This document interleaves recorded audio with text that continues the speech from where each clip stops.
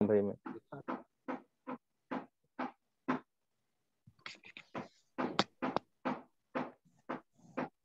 हाँ भाई, चलो आगे इसका कारवां लेके चलते हैं अब।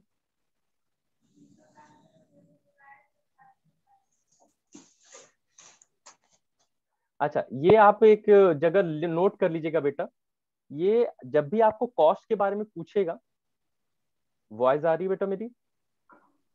हाँ सर, आ रही है। आ रही यस है। सर।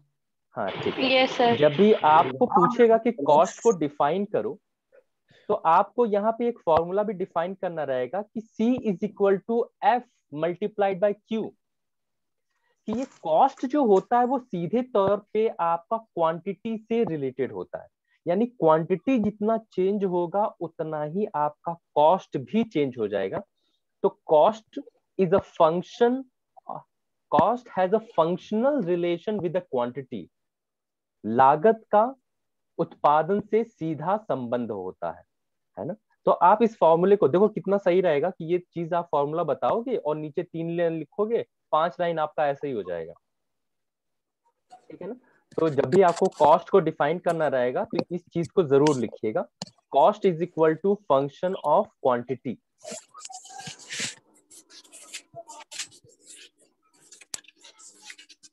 हो गया ये?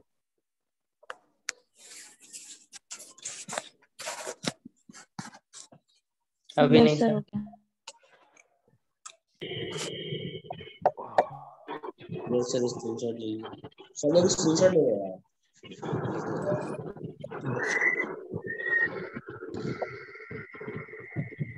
कौन इतनी खतरनाक सांप? सर कोई सो के पढ़ रहा है। हाँ बेटा सर, लग अपना रहा है ऐसा। जितने भी लोग हैं बेटा, अपना अपना म्यूट करके रखो आप लोग। सर कोई किसी का आ रहा है अभी अभी तक, कोई सोते सोते पढ़ हाँ रहा सर, है। कोई सो रहा है सर। अरे हो गया कोई कोई सो रहा बात है। नहीं, ठीक है, हो गया। सचिन होगा, सचिन। हाँ हाँ हाँ, लग रहा बोल भी रहे है। हैं पढ़ भी रहे हैं, वाह भाई। अरे नहीं सचिन, तुम्हारे लिए नहीं होता। चलो ठीक है, छोड़ो बेटा, ये सबका हो गया ना बेटा? Yes sir. Yes sir. ठीक है, चलो आगे चलते हैं। कहाँ गया हमारा? ये तो हो गया, फिर उसके बाद है ये। सर एक बार फिर से स्क्रीनशॉट नहीं लिया है। स्क्रीनशॉट नहीं लिया? अच्छा हम भेज देते, अच्छा रुको रुको मैं पीछे कर देता हूँ उसे।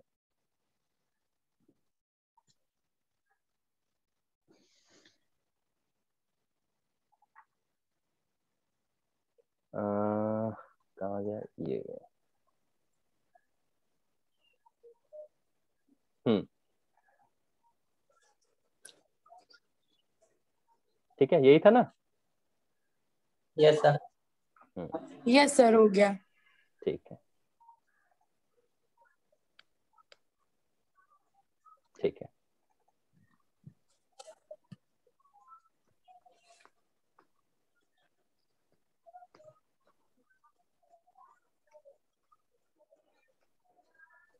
वेरिएबल कॉस्ट पे आ गए थे, अब हम लोग का एवरेज कॉस्ट वाला कॉन्सेप्ट रहेगा।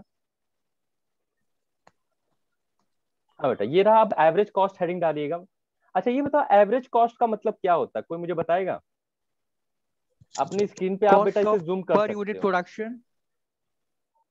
देखो जब भी हम एवरेज की बात करते हैं, हाँ बिल्कुल सही बता रहे हो बेटा, एवरेज की जब भी बात करते हैं तो एवरेज बताता है कि हर एक यूनिट के बारे में, एवरेज जो होता है हर यूनिट के बारे में बताता है। तो एवरेज कॉस्ट है, यानी कि हर एक यूनिट जिसको आप प्रोड्यूस करोगे उसका कितनी कॉस्ट आ रही है, वही आपका क्या हो जाता है, एवरेज कॉस्ट हो जाता है। तो जब भी आप एवरेज कॉस्ट निकालते ही इस वजह से हो कि हर एक यूनिट का जब आप प्रोडक्शन करने जा रहे हो तो वो कितना आपका कॉस्ट लग रहा है। बेटा इसे नोट करते चलिएगा, इतना कुछ है नहीं कि स्क्रीनशॉट लेके आप छोड़ दें। तो एवरेज कॉस्ट आप कैसे निकालते हो बेटा? एवरेज कॉस्ट जब टोटल आपकी जो कॉस्ट होती है, टीसी टोटल कॉस्ट को जब डिवाइड कर देते हो क्वांटिटी कि आपने टोटल कितना प्रोडक्शन किया है, तो इससे हर एक यूनिट का आपको कॉस्ट पता चल जाता है। फिर इसे भी क्या किया जाता है बेटा, इसे भी दो पार्ट्स में डिवाइड करते हैं, एवरेज फिक्स्ड कॉस्ट और average variable cost. Average fixed cost हमने अभी इससे पहले पढ़ा था कि बेटा हर बिजनेस में क्या होता है, एक फिक्स्ड कॉस्ट भी होता है। फिक्स्ड कॉस्ट क्या होता है कि हमेशा बराबर बना रहेगा, मगर फिक्स्ड कॉस्ट को आप जितना प्रोडक्शन करते जाते हैं आप अपनी फिक्स्ड कॉस्ट को भी कम कर सकते हैं। प्रोडक्शन जितना ज्यादा करोगे आपका होने वाला प्रोडक्ट जो कॉस्ट होगी वो कम होती चली जाएगी। ये कैसे? एक एग्जांपल के तौर पे देखो, जैसे आपके पास 1000 रुपया आपका खर्च आ रहा है, ठीक है, और आप कितना प्रोडक्शन कर रहे हो, आप 5 यूनिट का प्रोडक्शन कर रहे हो, तो ये बताओ हर एक यूनिट पे कितना कॉस्ट आ रहा है आपका? 200 रुपए। 200 रुपए। अगर आप अपना प्रोडक्शन 5 की जगह क्या कर दीजिए, 10 कर दीजिए, तो अब क्या हो जाएगा? अब आपका हर एक यूनिट पे कॉस्ट क्या हो जाएगा? 100 रुपए हो जाएगा। 100 रुपए। यानी कि जैसे ही आप प्रोडक्शन बढ़ा देते हैं आपके हर एक यूनिट पे होने वाला जो खर्च होता है वो कम हो जाता है ना? तो इसी वजह से देखो एवरेज फिक्स्ड कॉस्ट आपकी जो लाइन होती है वो कम होती चली जाती है। देखो नीचे की तरफ गई हुई है कि जैसे जैसे आपका नीचे वाला प्रोडक्शन यानी प्रोडक्शन इंक्रीज करते जाते हो आपका एवरेज फिक्स्ड कॉस्ट जो होता है वो कम होने लगता है और फिर नीचे से फिर बराबर हो जाता है। ये आपका नेचर होता है एवरेज फिक्स्ड कॉस्ट का। फिर दूसरा क्या हो जाता है? Average variable cost. Average variable cost का क्या नेचर होता है कि शुरुआत में तो ये डिक्रीज होता है। देखो यहां से क्या हुआ है, पहले कम हुआ है, डिक्रीज हुआ है, मगर जैसे ही आप प्रोडक्शन बढ़ाते चले जाते हो फिर धीरे धीरे करके ये आपकी जो कॉस्ट होती है वो इंक्रीज करने लग जाती है ना? तो ये आपका एवरेज वेरिएबल कॉस्ट का नेचर होता है कि वो पहले कम होती है और फिर इंक्रीज करने लगती है। एक बार यहाँ पे बना के देख लेते हैं, है ना? देखो एवरेज वेरिएबल कॉस्ट क्या होता है कि शुरुआत में तो कम होगी, नीचे जाएगी, फिर बराबर होगी और फिर बढ़ने लग जाएगी। ये आपका एवरेज वेरिएबल कॉस्ट का नेचर हो जाता है। ये थोड़ा डायग्राम मैंने गंदा सा बना दिया यहाँ पे। ये पूरा हो जाए तो बताइएगा बेटा।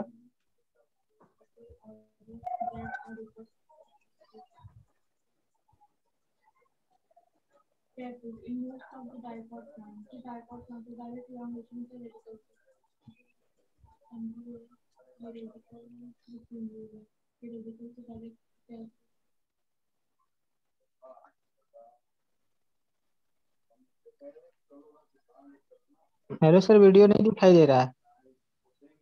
दिखाई देने लगेगा। अभी दिखाई दे रहा है? समाऊ को नहीं दिख रहा है। दिख तो रहा है। कोई दिख बात तो नहीं, रहा है चलो भाई। देखो अगर तो किसी रहा का है। भी कोई इशू होगा मैं वीडियो बाद में अवेलेबल करवा दूंगा, ठीक है ना? उसके लिए परेशान मत होइए। ये हो गया सबका, आगे चले। हाँ अभी नहीं चल रहा नो है।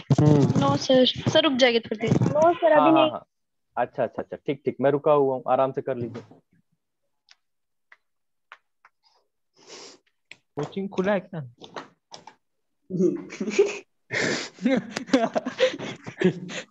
बहुत सही क्वेश्चन पूछे हो भाई। अभी सो रहा है। सर भाई क्लास नहीं है। बस महेंद्र भाई मत। क्या घर पे है कि कोचिंग में है? घर पे। ना बड़ा घर दिख रहा है, कुछ ही समझ नहीं आ रहा है। शिवम भाई क्या कर रहे हो? ये मैं तुम लोग को फिर से मना कर रहा हूँ, नॉर्मल कन्वर्सेशन के लिए नहीं है, हरामी अभी मैं बोलो सब मत बंद यार। करूंगा। सर पढ़ा रहा, मैं पढ़ रहा हूँ। अच्छा मोहित। तो बात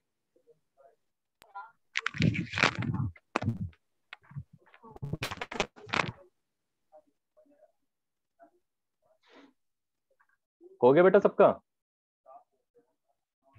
यस सर। यस सर हो गया। अपने पे Yes, रुका sir. हुआ कैसे है। हो गया? Yes sir. ठीक ठीक ठीक ठीक, चलो आगे चलते हैं। अभी अब आता है बेटा मार्जिनल कॉस्ट। अब ये बताओ मार्जिनल कॉस्ट को कैलकुलेट करने का एक बंदे का सेंस क्या होता है? एक बंदे ने अपना पता कर लिया कि भाई उसका टोटल कॉस्ट कितना आएगा, कि भाई टोटल प्रोडक्शन। फिर उस बंदे का मोटिव ये होता है, वो ये पता करना चाहता है कि हर एक यूनिट को प्रोड्यूस करने पे उसका कितना खर्च आ रहा है उसकी कॉस्ट कितनी आ रही है, तो एवरेज कॉस्ट को वो पता करता है। अब ये बताओ मार्जिनल कॉस्ट क्या हेल्प करता है? एडिशनल जितना आया कॉस्ट। उतना। देखो एकदम सही बताया कि ये बताओ अगर एक बंदा प्रोडक्शन कर रहा है, वो प्रोडक्शन हर एक यूनिट का प्रोडक्शन बढ़ाते चला जा रहा है, बढ़ाते चला जा रहा है, बढ़ाते चला जा रहा है, तो वो ये जानना चाहेगा कि अगर वो हर एक यूनिट का प्रोडक्शन बढ़ा रहा है तो हर एक एक्स्ट्रा यूनिट प्रोड्यूस करने की वजह से उसका कॉस्ट कितना बढ़ा। एक एक्स्ट्रा यूनिट प्रोड्यूस किया तो उस एक्स्ट्रा यूनिट को प्रोड्यूस करने की वजह से तुम्हारा कॉस्ट कितना बढ़ेगा। तो इस चीज को पता करने के लिए जो कॉस्ट निकाली जाती है उसी को कहा जाता है मार्जिनल कॉस्ट। यानी 2 यूनिट का प्रोडक्शन कर रहे थे, अब तीसरी यूनिट का तुमने प्रोडक्शन किया तो उस तीसरी यूनिट की वजह से तुम्हारा कॉस्ट कितना बढ़ रहा है या कॉस्ट पे कितना अंतर आ रहा है, यही क्या हो जाता है आपका मार्जिनल कॉस्ट होता है। इसका फॉर्मूला क्या हो जाता है बेटा? समझ में आया कि मार्जिनल कॉस्ट क्यों यूज करता है कोई? Yes sir. Yes sir. ठीक है बेटा, तो मार्जिनल कॉस्ट एक्स्ट्रा जितना प्रोड्यूस करते जा रहे हो तो उसकी वजह से क्या चेंज आएगा कॉस्ट में। मार्जिनल कॉस्ट का 2 फॉर्मूला हो जाता है बेटा आपका। टोटल कॉस्ट में आने वाला चेंज, ये जो पहला फॉर्मूला है TCN माइनस TCN माइनस 1, वो ये बता रहा है आपका कि टोटल कॉस्ट में कितना चेंज आ रहा है। पहले आपका टोटल कॉस्ट समझ लो कोई 50 रुपए था, एक और यूनिट को आपने प्रोड्यूस किया तो अब 50 रुपए से बढ़ के वो हो गया 53 रुपीज हो गया। तो टोटल कॉस्ट में कितना चेंज आया? 3 रुपीज का आया। ये 3 रुपीज आपका क्या हो जाएगा? Marginal cost. तो पहला वाला फॉर्मूला बता रहा है कि टोटल कॉस्ट में चेंज निकाल के हम मार्जिनल कॉस्ट निकाल सकते हैं। और दूसरा वाला फॉर्मूला है आपका change in total cost divided by change in quantity, इसे डेल्टा कहा जाता है। Delta TC divided by delta Q।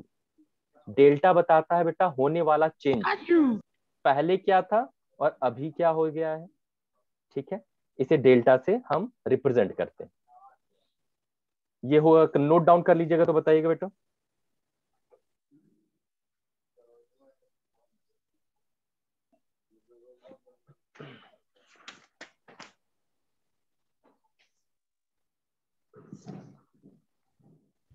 Sir एक बार ऊपर वाला फॉर्मूला बताइएगा। हाँ, ऊपर वाला जो फॉर्मूला बेटा, marginal cost is equal to TCN, N मतलब नंबर ऑफ यूनिट्स है, minus TCN minus 1। N minus 1 मतलब होने वाला चेंज को बताता है। यानी 10 यूनिट बना रहे थे तो अब 12 यूनिट बनाए, तो 10 से 12 में जो अंतर आ रहा है इस चेंज को दिखाने के लिए N माइनस 1 को दिखाते हैं। तो marginal cost is equal to total cost N minus total cost N minus 1। सीधी सीधी बात, टोटल कॉस्ट में जो चेंजेस आ रहे हैं उसको बताने का काम कर रहा है पहला वाला फॉर्मूला। अभी बाद में इलिस्ट्रेट किया है इसको, अभी बताता हूँ इसको आगे। और ये नोट हो जाए तो बताइएगा। 1 मिनट से हो गया। इतना जल्दी कर लिए? नहीं बेटा, कोई भी स्क्रीनशॉट मार के नहीं बैठेगा, नोट कर लीजिए। इतना बहुत ज्यादा लिखने वाला चीज वैसे भी मैंने नहीं किया है।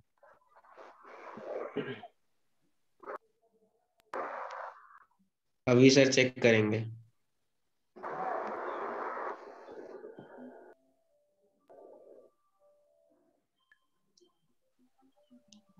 जल्दी सब लोग नोट करो। कर लिए। जिसका हो गया नाम बोलो। सौरभ।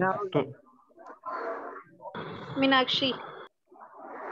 मुस्कान। टीचर वाला काम केवल मैं करूंगा, ठीक है? चलो आगे बढ़ा रहा हूं भाई। तब मैं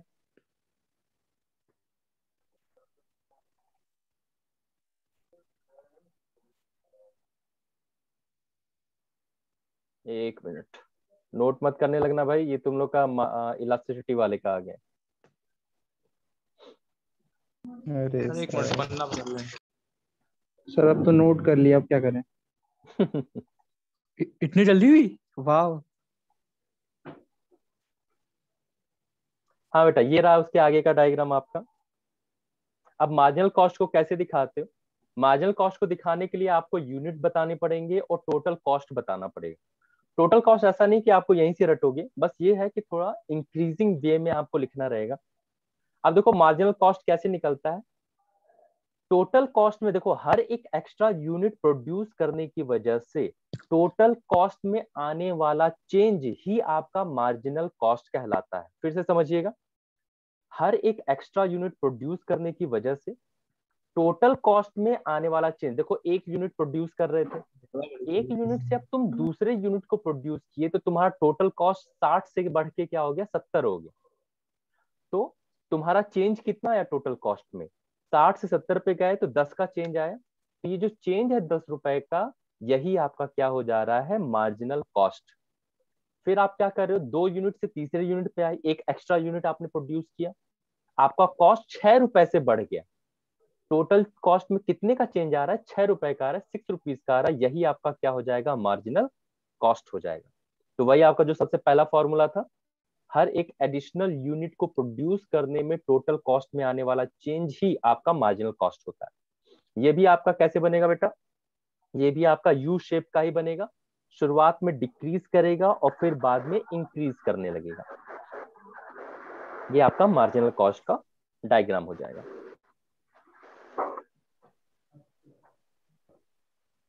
कंप्लीट हो जाएगा तो बताइएगा बेटा। हाँ, इसे तुरंत बना लीजिए और इसी को ऐसे ही आपको रिप्रेजेंट, आपको एक्सप्लेनेशन भी ऐसे ही करना रहेगा कि हर एक एडिशनल यूनिट को जब हमने एक यूनिट से दूसरे, किसी का माइक ऑन है बेटा, माइक ऑफ कीजिए अपना।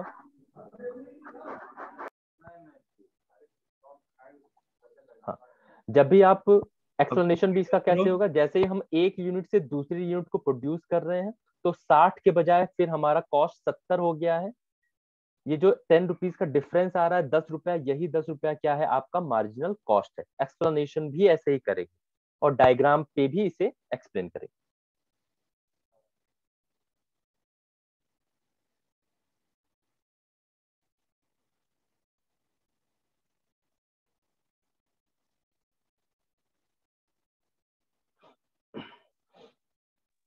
ठीक है।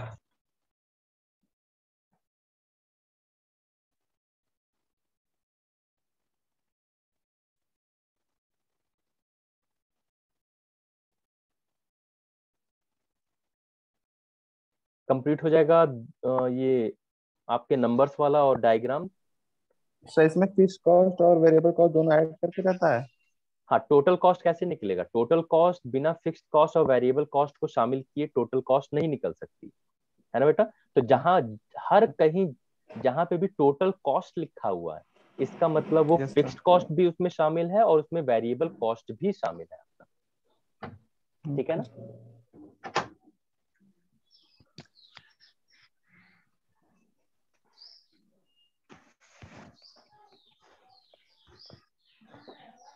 तो फिर स्क्रीन रिकॉर्डिंग कर ले।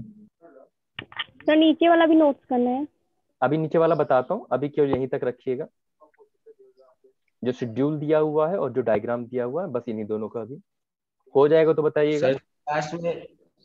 सर जी क्लास में सिंचैन, पिकाचू ये सब कौन कौन आ रहा है? हाँ, कौन है भाई फिर ये? वही चीज, फिर फालतू चीज, पढ़ा रहा फालतू हूँ, चीज नहीं, पढ़ो। नाम बदल निकाल रहा है।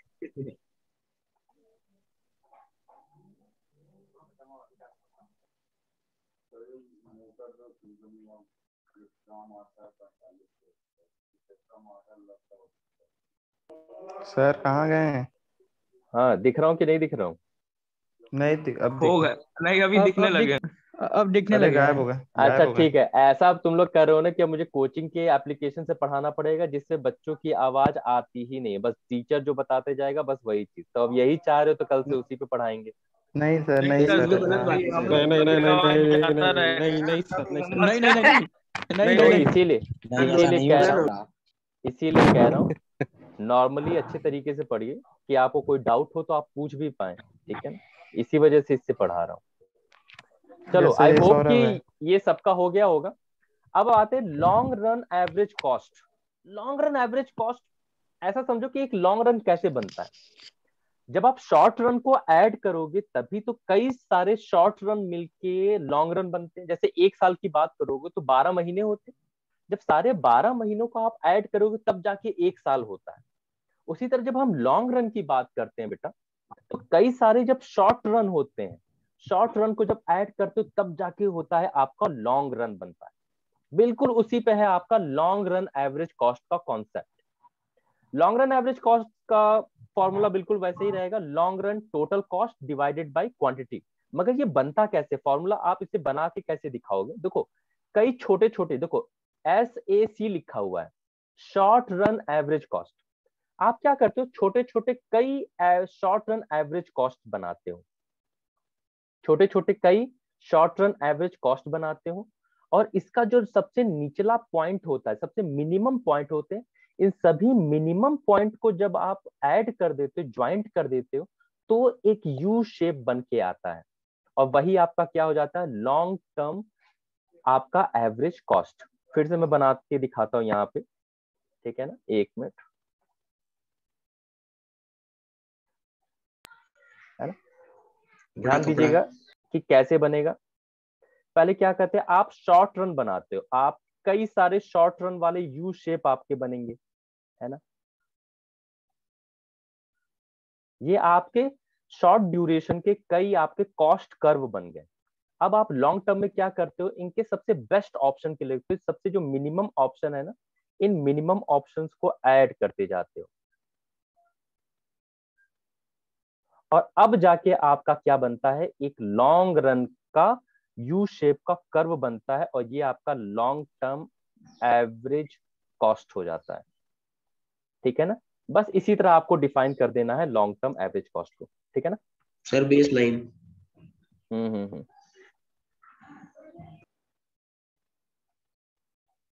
ये आपका कॉस्ट हो जाएगा, ये आपका आउटपुट हो जाएगा।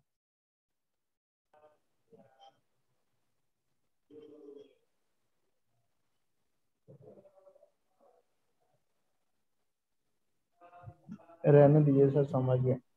हाँ, ये आपका वाई एक्सिस हो जाएगा, भाई बहुत खतरनाक राइटिंग है। और ये आपका एक्स एक्सिस हो जाएगा।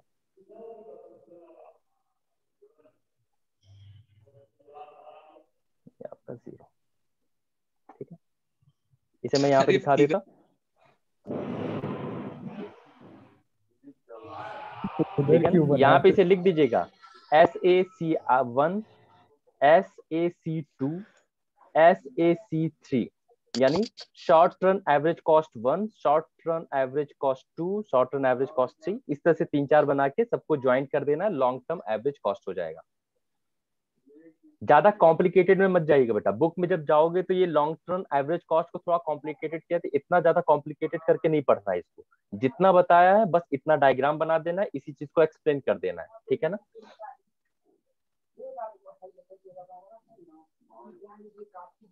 कंप्लीट हो जाएगा तो बताइएगा। ऑफलाइन की कोई उम्मीद नहीं है बेटा, 30 अप्रैल तक आपका कोचिंग इंस्टीट्यूशन, कॉलेज और स्कूल को बंद करने का बढ़ा दिया गया है, और अप्रैल के बाद का तो सवाल ही नहीं, तब तक तो एग्जाम ही स्टार्ट हो जाएगा आप लोगों का। सर एग्जाम कब होगा? एग्जाम आपके अप्रैल लास्ट में या मई के फर्स्ट वीक में स्टार्ट हो जाएगा, मान के चलिए अप्रैल के लास्ट में। 17-18 से शुरू हो जाएगा। नहीं 17-18 से नहीं स्टार्ट होगा, जो भी स्टार्ट होगा आपके 21 से 25 के बीच में स्टार्ट होगा।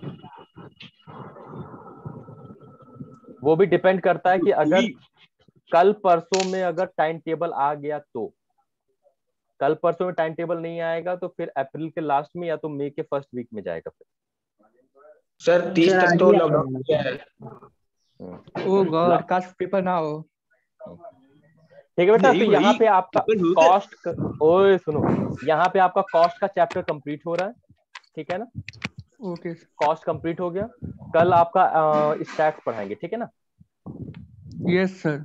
ओके बेटा, देन सर आज का क्लास खत्म हो गया। हाँ, और जिसको भी वीडियो रिकॉर्डिंग चाहिए होगी मैं अवेलेबल करवा दूंगा। ठीक है ना, सर रुकिए तो, चला जाएगा ना, यूट्यूब पे अपलोड कर दीजिएगा सर रुकिए तो, अभी हुआ नहीं सर। अच्छा कर लो सर ये चैप्टर खत्म? हाँ, ये चैप्टर कंप्लीट बेटा, इतना पढ़ा है बस उतना ही पढ़ना है, उससे ज्यादा नहीं। मतलब बिजनेस इकोनॉमिक्स खत्म सर ना? सर ये कौन सा चैप्टर था, नाम क्या था इस वाले चैप्टर का? लागत, थ्योरी ऑफ कॉस्ट भाई। थ्योरी ऑफ कॉस्ट बेटा। वाह, रामायण खत्म, रामायण खत्म, सीता कौन है? ओके, थ्योरी ऑफ कॉस्ट खत्म हो गया। जो कि ना होगी कौन सा चैप्टर स्टार्ट करेंगे स्टार्ट में? सीन बनने लगा। कोरिलेशन। ठीक है सर।